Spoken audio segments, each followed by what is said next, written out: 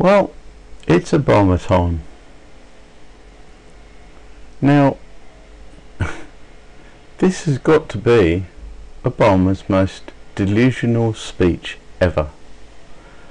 And it's one in which he misses a major opportunity, and that opportunity is apologising to not just the American people but the peoples of the world for arming ISIL in the first place.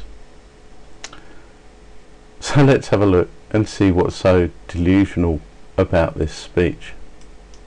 Good evening. On Wednesday, 14 Americans were killed as they came together to celebrate the holidays. They were taken from family and friends who loved them deeply.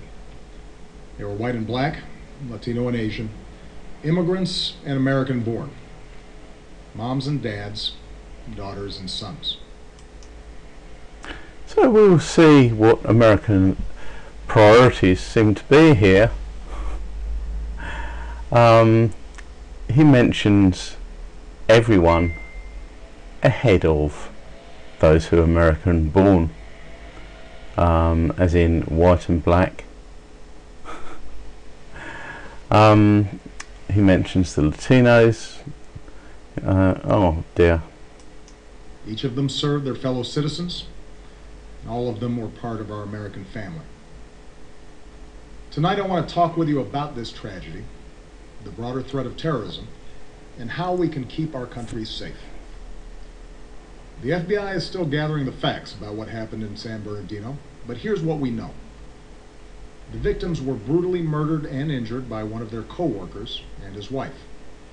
So far, we have no evidence that the killers were directed by a terrorist organization overseas, or that they were part of a broader conspiracy here at home. There has been a broader conspiracy in America for something like the last 20 years, mostly directed by the Muslim Brotherhood, and there's been a lot of evidence, including a 6-step plan for Muslim domination of the United States, collected from one of these people who was arrested whilst crossing a bridge, and this was years ago. So how he can say this and keep a straight face, I do not know. But it is clear that the two of them had gone down the dark path of radicalization, embracing a perverted interpretation of Islam that calls for war against America and the West. They had stockpiled assault weapons, ammunition, and pipe bombs. So this was an act of terrorism designed to kill innocent people. Our nation has been at war with terrorists since Al-Qaeda killed nearly 3,000 Americans on 9/11. In the process, we've hardened our defenses, from airports to financial centers to other critical infrastructure. Intelligence and law enforcement agencies have disrupted countless plots here and overseas and worked around the clock to keep us safe. Our military and counterterrorism professionals have relentlessly pursued terrorist networks overseas. Whoa, hang on a minute. He just said there weren't any plots, and now he said they've disrupted countless plots. Which is it, Mr. President? And also, if the intelligence agencies are that concerned, why did they not know about this woman before she actually came over? Why was she not investigated?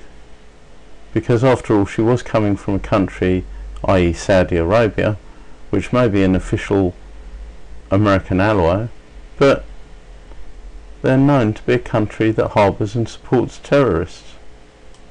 Disrupting safe havens in several different countries, killing Osama bin Laden, and decimating Al-Qaeda's leadership. Over the last few years, however, the terrorist threat has evolved into a new phase, as we've become better at preventing complex. And that new phase is fully detailed in the terrorist plan that was picked up from the guy who crossed the bridge. Multifaceted attacks like 9/11. Terrorists turn to less complicated acts of violence, like the mass shootings that are all too common in our society. It is this type of attack that we saw at Fort Hood in 2009, in Chattanooga earlier this year, and now in San Bernardino. And as groups like ISIL grew stronger amidst the chaos of war in Iraq and then Syria, because you supported them, Mr. President, because you gave them weapons. And who actually was Secretary of State at the time? Oh, it was Hillary. And as the internet erases the distance between countries, we see growing efforts by terrorists to poison the minds of people like the Boston Marathon bombers. And loosely translated, we will censor the internet. The San Bernardino killers. For 7 years, I have confronted this evolving threat each and every morning in my intelligence briefing. And since the day I took this office, I have authorized U.S. forces to take out terrorists abroad precisely because I know how real the danger is. As Commander-in-Chief, I have no greater responsibility. You'll notice he say take out. What does he mean? My guess is he means take them out to dinner or take them out to lunch. Than the security of the American people. As a father to 2 young daughters who are the most precious part of my life, I know that we see ourselves with friends and co-workers at a holiday party like the one in San Bernardino. I know we see our kids in the faces of the young people killed in Paris. And I know that after so much war, many Americans are asking whether we are confronted by a cancer that has no immediate cure. Well, here's what I want you to know. The threat from terrorism is real, but we will overcome it. We will destroy ISIL and any other organization that tries to harm us. Great, you're doing a good job so far. You've armed them. Now you're talking about destroying them, but you don't appear to be actually doing anything. Our success won't depend on tough talk, or abandoning our values, or giving in to fear. That's what groups like ISIL are hoping for. Instead, we will prevail by being strong and smart, resilient and relentless, and by drawing upon every aspect of American power. Here's how. First, our military will continue to hunt down terrorist plotters in any country where it is necessary. Presumably, Iraq and Syria, except the United States. taking out ISIL leaders, heavy weapons, oil tankers, infrastructure. And since the attacks in Paris, our closest allies, including France, Germany, and the United Kingdom, have ramped up their contributions to our military campaign, which will help. You notice he's not talking about Russia, who've been doing the bulk of the fighting, and the fact that France is not in fact supporting the US's non-action in Syria, but is supporting Russia's action and the action of the official Syrian army, who by the way have lost more than 80,000 troops in this war against ISIS. Let's accelerate our effort to destroy ISIL. Second, we will continue to provide training and equipment to tens of thousands of Iraqi and Syrian forces fighting ISIL. Whoa! Does this mean we will continue to provide more arms to terrorists so long as they're fighting other terrorists that we disapprove of? On the ground, so that we take away their safe havens. In both countries, we're deploying special operations forces who can accelerate that offensive. We've stepped up this effort since the attacks in Paris, and will continue to invest more in approaches that are working on the ground. Third, we're working with friends and allies to stop ISIL's operations, to disrupt plots, cut off their financing, and prevent them from recruiting more fighters. Since the attacks in Paris, we've surged intelligence sharing with our European allies. We're working with Turkey to seal its border with Syria. Very good. We're working with Turkey. Turkey, who are supporting ISIS with the oil revenue, as has recently been shown by Russia, that the borders are so porous that thousands of trucks per day are going over carrying oil for Turkey to export and refine and sell to other nations. It's quite likely, actually, that your petroleum that you have in your car at the moment contains some oil from ISIS. And we are cooperating with Muslim majority countries and with our Muslim communities here at home to counter the vicious ideology that ISIL promotes online. Fourth, with American leadership, the international community has begun to establish a process and timeline to pursue ceasefires and a political resolution to the Syrian war. Doing so will allow the Syrian people and every country, including our allies, but also countries like Russia, to focus on the common goal of destroying ISIL. A ceasefire will not destroy ISIL. All you're doing is giving them time to regroup. But maybe this is what he wants. A group that threatens us all. This is our strategy to destroy ISIL. It is designed and supported by our military commanders and counterterrorism experts, together with 65 countries that have joined an American-led coalition. And we constantly examine our strategy to determine when additional steps are needed to get the job done. That's why I've ordered the Departments of State and Homeland Security to review the visa waiver program under which the female terrorist in San Bernardino originally came to this country. Yes, well, what can we say about that? The visa waiver program, well, she came as the spouse of an American citizen. So they're going to review it now. They're going to shut this really obvious open door after the horse has bolted. And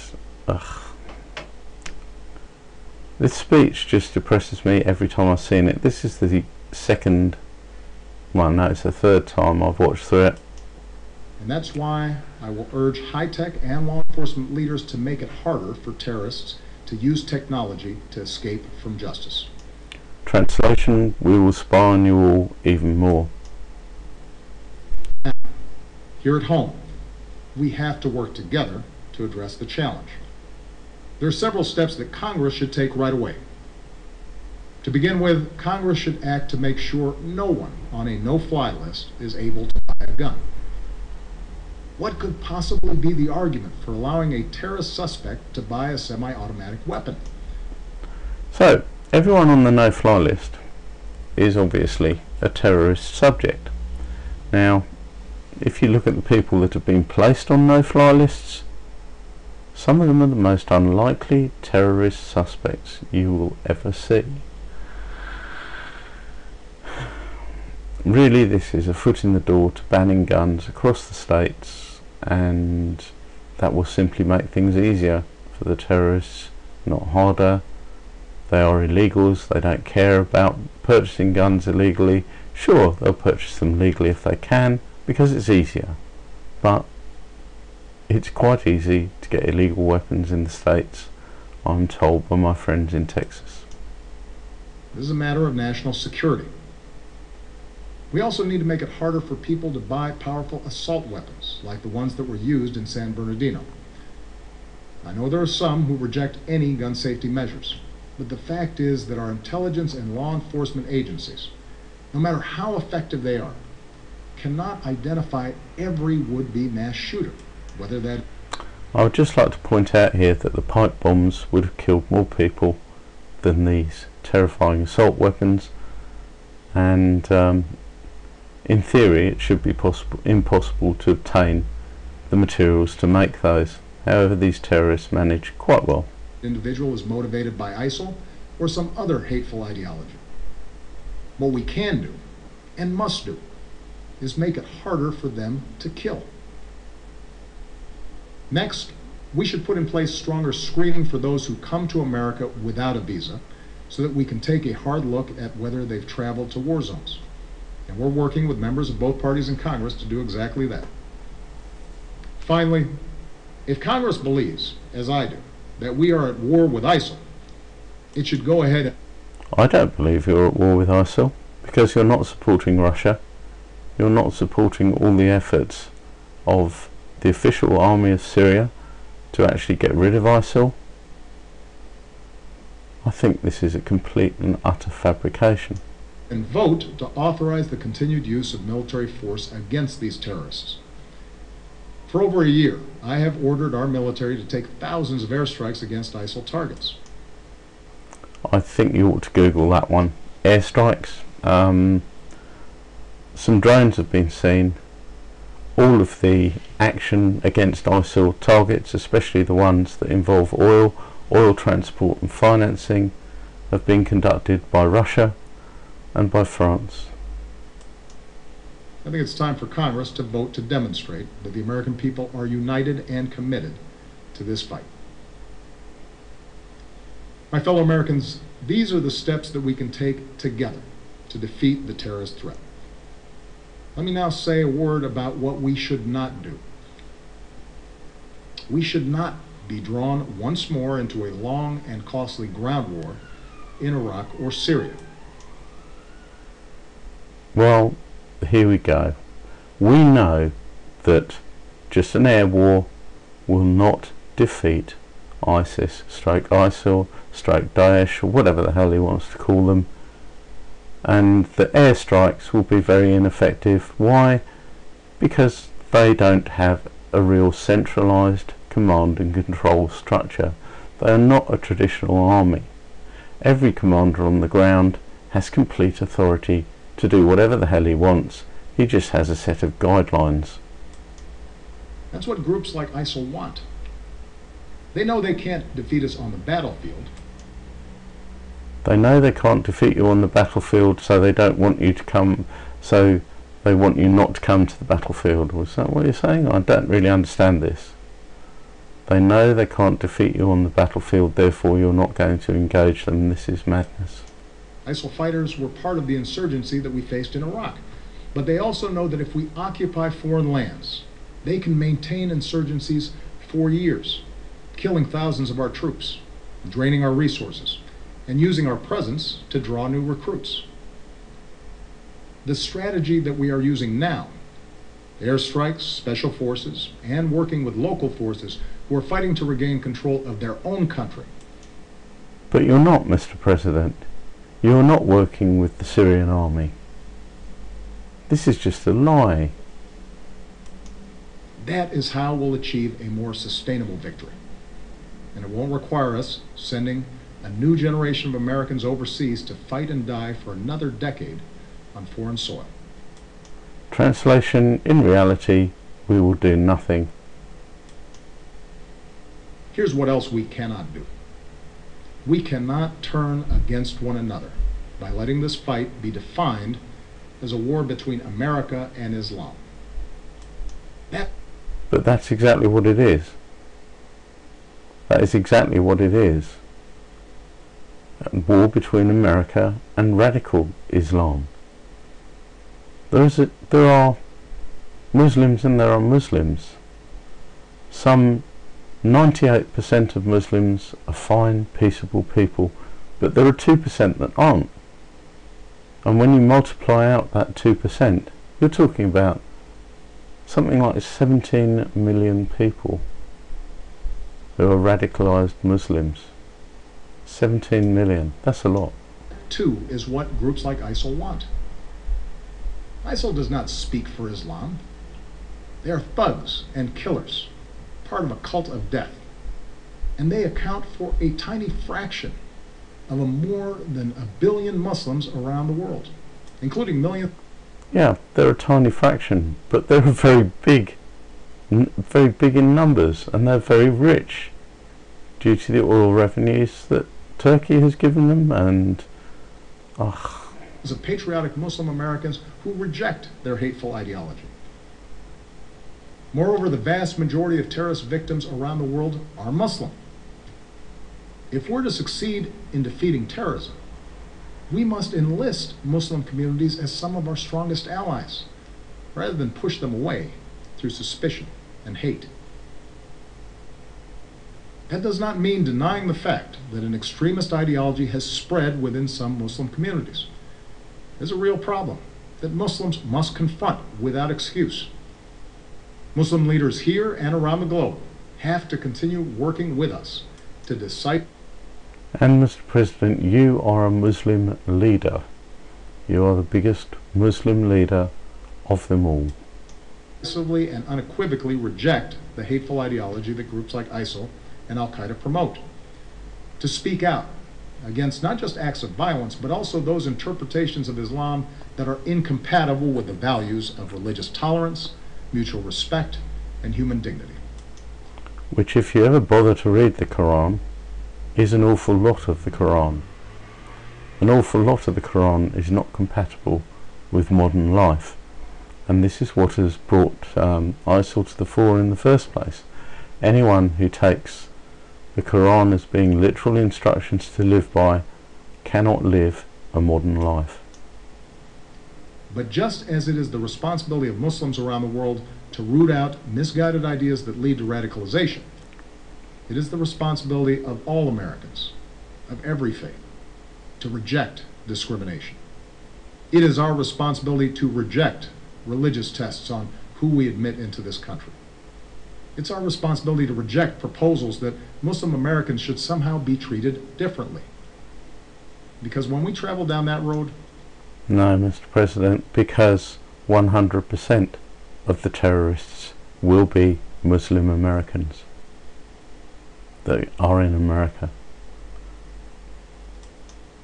We lose. That kind of divisiveness, that betrayal of our values, plays into the hands of groups like ISIL. Muslim Americans are our friends and our neighbors, our co-workers, our sports heroes. And yet, our president. Yes, they are our men and women in uniform who are willing to die in defense of our country. We have to remember that. My fellow Americans, I am confident we will succeed in this mission because we are on the right side of history. And so it goes on. As I said, this is probably the most delusional speech that Obama has ever made, and I find it very difficult to listen to, because almost every word in it is a half-truth, a lie, a piece of manipulative propaganda, or just plain nuts. And now look at this man's face on this very clip where I've paused it. Look at his face. Is this the face of someone who's trying to tell you the truth? Or is it the face of a second-hand car salesman who's just sold you the worst car on his lot and is secretly smiling about it? Anyway, if you've found this video useful, I won't say enjoyable, interesting, then please like, share and subscribe. Thank you very much.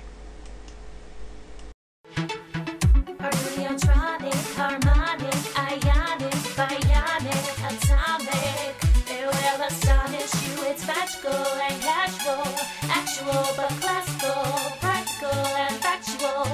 Arduinotronic, harmonic, ionic, bionic, atomic. It will astonish you. It's magical and casual, actual but classical.